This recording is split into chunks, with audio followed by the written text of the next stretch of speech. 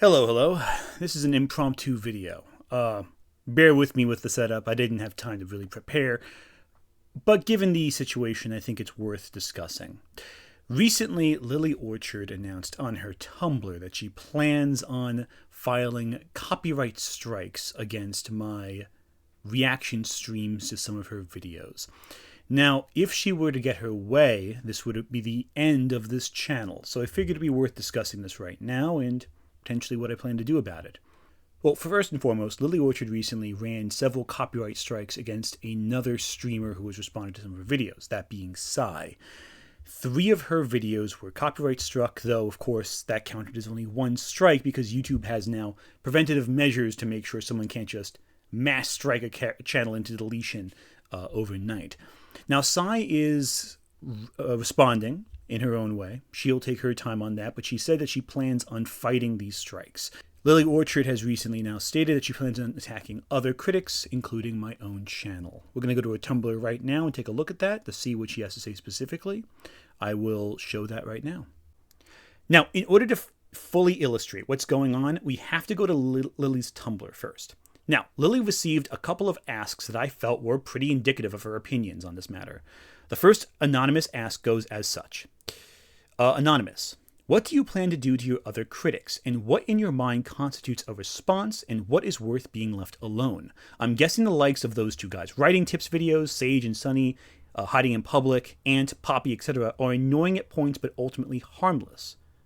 We get nothing, while your work on real problem people like Sai, Rachel, Britt, and Courtney would get a lot. Now, Courtney is Lily's sister. Sai, you mentioned before, she had previously 3 videos given a takedown notice, and Britt and Courtney are previous friends or partners, I'm not entirely sure, of Lily, that she has dealt with issues with because they've come forward about her negative behavior. As Lily answers, it's not about being problem people. The 2 professional writers, they are professional, Poppy, Ant, and the others aren't re-uploading my videos, while they barely pay attention and make half-assed commentary. Now, here's what I find very strange.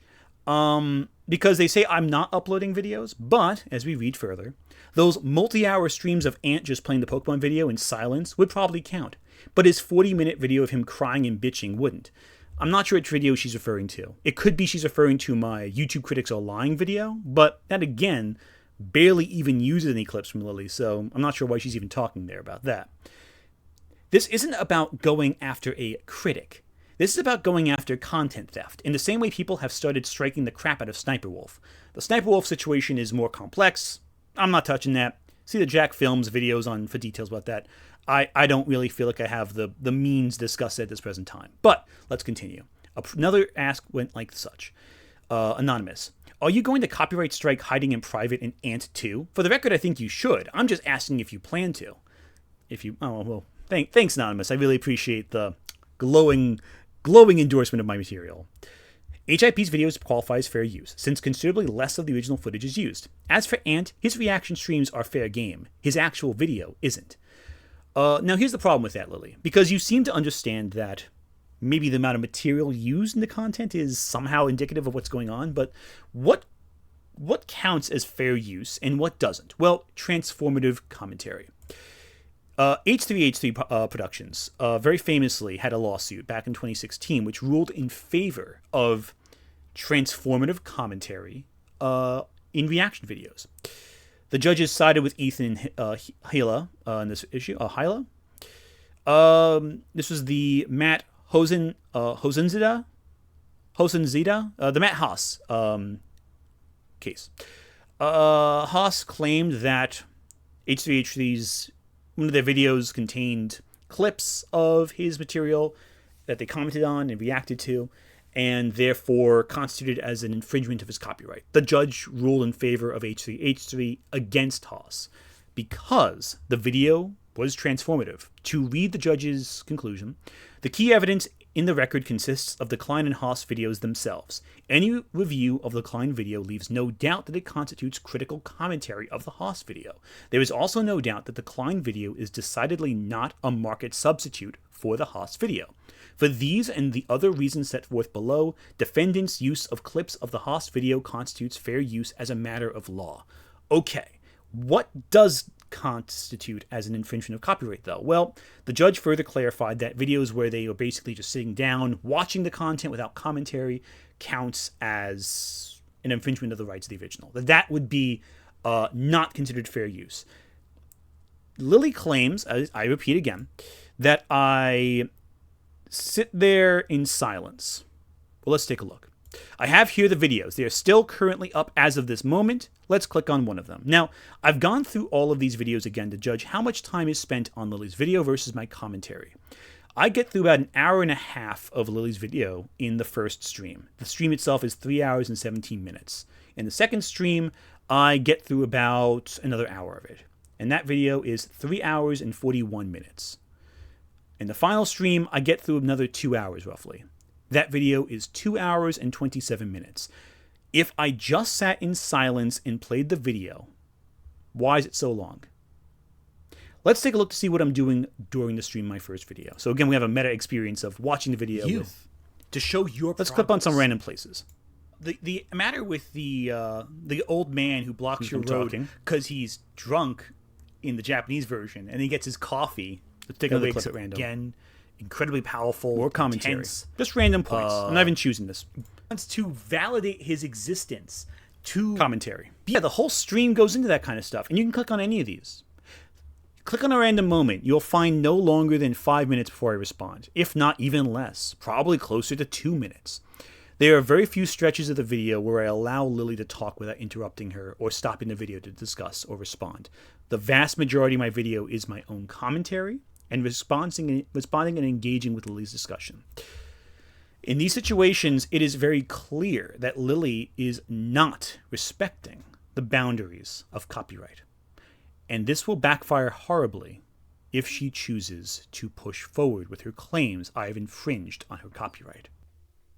Now, under fair use, all reaction streams that are transformative are permitted. This has been the case since 2016, where Ethan and Hilla Klein, H3H3 Productions, were sued over a reaction stream and won the suit. That being said, if your stream is transformative, if it is engaging in the content in a way that alters the media in question, it is acceptable as a review, as a critical assessment, etc.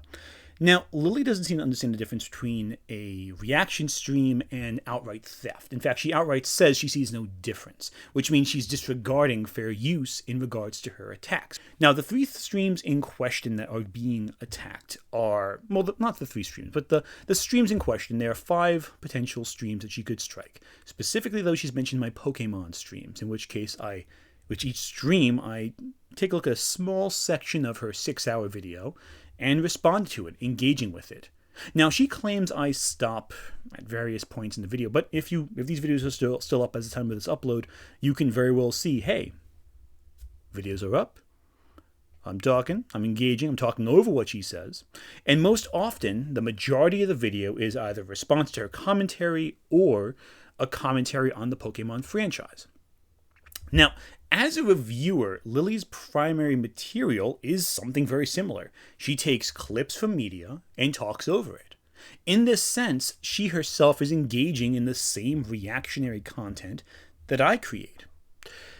But the difference there is that Lily sees it as a very personal thing, which is, of course, strange considering she's had her own copyright-related issues in the past. An artist once issued a takedown notice for one of her videos, and she fought it. The first time, in true YouTube fashion, they go, oh, well, you know, we're unsure, so, we're not gonna forward it, but you can resubmit it if you want. So this time I just put in, I am prepared to go to court. Oh. And if they do this again, I will resubmit it again and go, if you do not submit if my video is not reinstated, I will take all of your asses to court. Because in general, I've been able to tolerate the YouTube copyright lunacy, until YouTube started randomly deciding not to forward counter notifications. Bring it on. Oh, yeah. And ever since people realized that they can just submit counter notifications and 100% of the time they'll get their videos back, YouTube's actually made deals with certain corporations to just not forward counter notifications. In those circumstances, you just flat out can't counter notify. But I highly doubt YouTube has a deal with some random nobody who, if their art had been used in a context, like, positive, we wouldn't have heard jack shit. It's because it was used in a negative context. Yes, Lily. It's strange how when your art was used in a negative context, you started copyright claiming people all of a sudden. Strange, then you did the same thing to a smaller artist when they argued that you used their art without crediting them. She is very clearly aware then the consequences of maybe a little a superfluous flag. And she herself at the time said she'd take it to the court systems. Well, in this situation, Lily, if you try to take down one of my videos, I will respond as need be. I would hope you don't escalate it to a court conflict. I hope it would just be a simple, hey, this isn't cool. Counter the copyright claim and, we go from there. But the problem, of course, is, Lily, that is a trend for you. You are continuing to attack your critics by filing copyright claims against them. If you continue to do this, there will be consequences for your channel. YouTube has policies for repeated abuse of the copyright claims. Now, that could be as simple as simply you being locked out of content claim, of copyright takedowns, or potentially you could lose your channel. And let's be frank, there's no reason to lose your channel over a few critics making fun of you. Let's be frank, your videos are noteworthy enough to be responded to. Simple as that. If you create content online, you will get reactions. I have gotten reactions. I've gotten multiple streams reacting to my content, but I would never issue a content claim against them just to silence my critics. Regardless of what mean things they might say, simply the name of the game on this platform. They are allowed to respond and engage in a manner that transforms the work in this situation. It's a well-established rule. And you will ultimately reap some negative consequences for your actions in this case. Whether it's the YouTube system pushing against you, or if you choose to further escalate matters, someone taking your challenge and bringing it to the courts. And I don't think you really want that. You might think you do, but you're not thinking all the way through. Because what you got to keep in mind is, Lily, that you're affecting people's livelihoods. People are making money off YouTube. If you are blatantly trying to take someone's material down, that is affecting their income. And thus, you are now liable, especially if your takedowns are malignant, which they clearly are, because you're attacking and targeting your critics who are criticizing you, and you are trying to get rid of their source of income by taking down their channels. You are liable to damages. Damages come in the form of any revenue lost during the time the channel could have been out of commission. Now, you may think, I can handle that. I won't be held accountable. But personal damages in the United States, especially, Lily, they're a serious matter. And if you malignantly harm someone's business by making it impossible for them to conduct business just out of pettiness, the consequences for that are serious. And I don't think you're ready to deal with those repercussions. Because, quite frankly, you're targeting a lot of different people, and all of them, if they so chose, could retaliate in civil suits against you. This is an escalation you have not considered yet, especially if it is deemed that you are malignantly trying to target them. Now, there's no guarantee that would happen, of course, but I don't know what everyone else is going to do as a reaction to this, especially if you affect their income. It's best to just de-escalate the situation. Back off. Stop filing fraudulent copyright strikes against fair use critics, and you won't have to worry about that. You won't have to worry about YouTube taking retaliating against your channel for breaking copyright laws, and you won't have to worry about any further legal action. This is something you should really be considering. You are not thinking this through. You think just, if I file the copyright strikes, it'll mean that my critics will stop talking about me. But that's not what's going to happen, Lily. It never happens that way. You are starting in motion something that will hurt your channel and its future in the... We're small potatoes, ultimately speaking, quite frankly. But you have a channel that's lasted for several years. Are you really going to risk it all by just filing some copyright strikes against some channels? My recommendation for you, back off. You're going to hurt your channel's health in the long run and your reputation. Because there is no world where reaction streams to your videos, especially mild ones. My reviews of your videos are probably the nicest things anyone is going to say about them in terms of critical response. I think I was very fair with your response, with your engagements and your arguments. And I think, quite frankly, that you continuing to try to persecute your opponents, to attack them, penalize them, it's just going to hurt you in the long run.